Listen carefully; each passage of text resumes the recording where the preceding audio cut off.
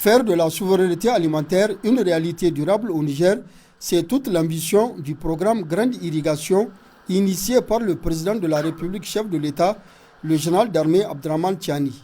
Dans la région d'Agadez, les premiers résultats de cet ambitieux programme sont déjà perceptibles.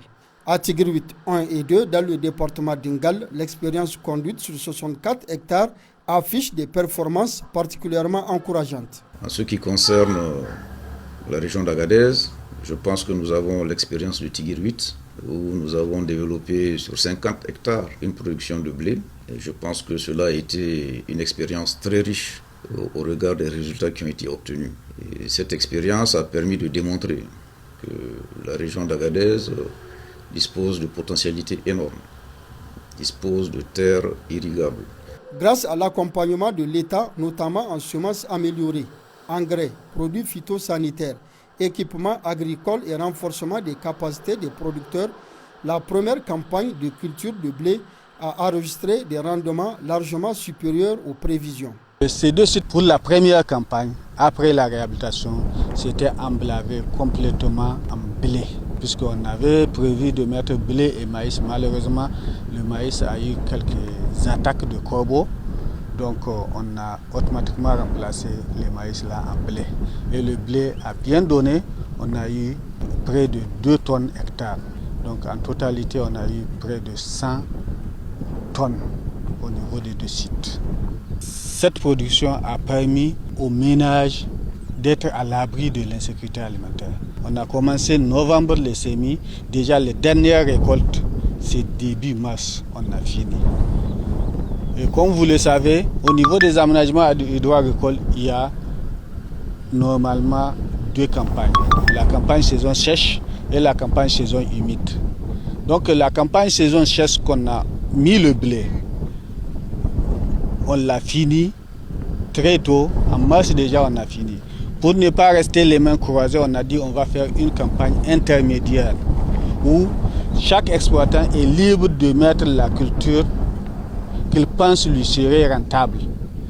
Et si quand vous circulez, vous allez voir des cultures comme les corettes, qu'on appelle communément maloya, des gombos et des melons, des courges.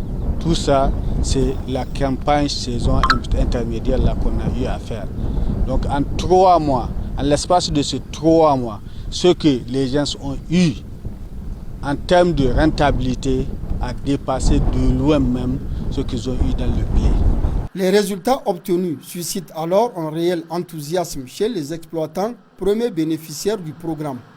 Ils saluent l'accompagnement de l'État et se réjouissent de la mise en œuvre de ce programme. Depuis l'aménagement des périmètres de Tigruit, nous travaillons dans de bien meilleures conditions. Aujourd'hui, les résultats sont bien visibles. Rien que pour la campagne intermédiaire en cours, je récolte 10 sacs de corates à chaque fauchage. Je vends chaque sac à 7 000 francs CFA. Pour la campagne de blé, j'ai déjà récolté 11 sacs qui sont actuellement stockés à la maison. Cela montre bien les revenus et les avantages que nous tirons de l'exploitation de ces sites. Au-delà des acquis de Tigruit 1 et 2, la dynamique se poursuit avec l'aménagement de nouveaux périmètres agricoles, celui de Tigruit 3, sur lequel les travaux évoluent conformément au calendrier. Cette année, nous avons également 90 hectares qui sont en train d'être développés au niveau de Tigruit 3 et nous espérons que d'ici octobre, tout sera fin prêt pour que également cette superficie puisse être mise en exploitation. Nous avons déjà plus de 6 forages qui ont été réalisés sur les 12.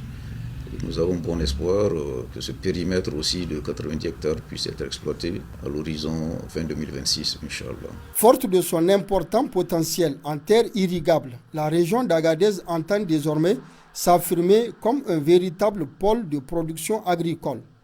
Une dynamique porteuse d'espoir qui participe pleinement à la concrétisation de la souveraineté alimentaire érigée en priorité nationale par les plus hautes autorités du Niger.